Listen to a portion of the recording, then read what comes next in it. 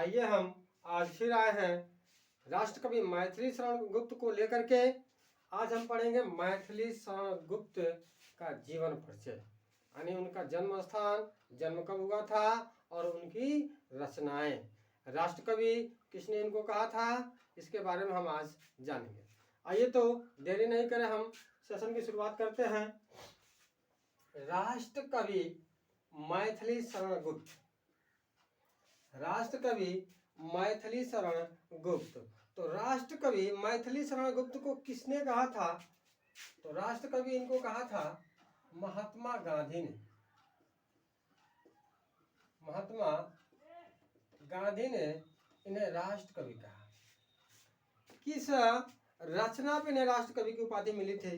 तो राष्ट्रकवि इन्हें मिला था भारत भारती। कौन सी रचना?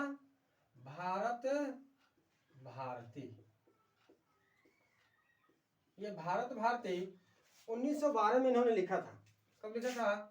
1912 में भारत भारती की रचना की और 1932 में आकर के इन्हें राष्ट्रकवि घोषित किया महात्मा गांधी ने।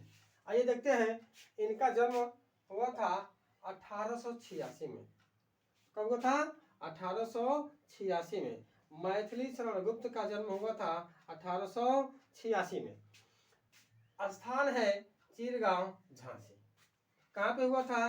तो चिरगांव, झांसी में मैथिली शरण गुप्त का जन्म हुआ था। कब हुआ था? तो 1886 में।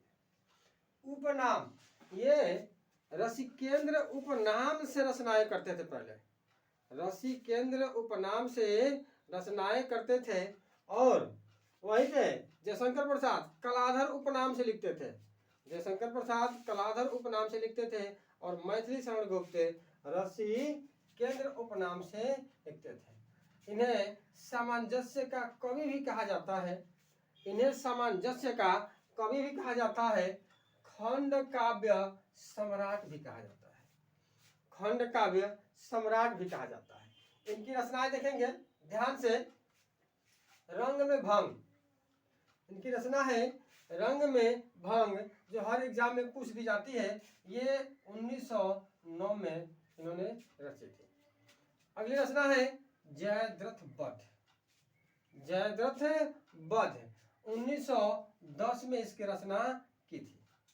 अभी हम बताएं भारत भारती के बारे में। 1912 में इन्होंने भारत भारती की रचना की। फिर उसके बाद है पुष्पांजलि। उसके बाद है इन्होंने रचा शकुंतला, किसान, पंचवटी। पंचवटी 1925 में, पंचवटी इन्होंने रचा 1925 में। फिर है हिंदू। अगला है ये देखिए त्रिपतगा। नेक्स्ट शक्ति, नेक्स्ट झंकार, गुरुकुल, साकेत। साकेत इनका महाकाव्य है। मैथिली शरण गुप्त का जो साकेत है वह महाकाव्य है।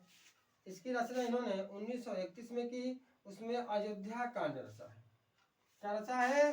तो अयोध्या कांड रचा है। इनकी मृत्यु 1964 ईस्वी में हुई थी। इनकी मृत्यु 1964 में हो गई।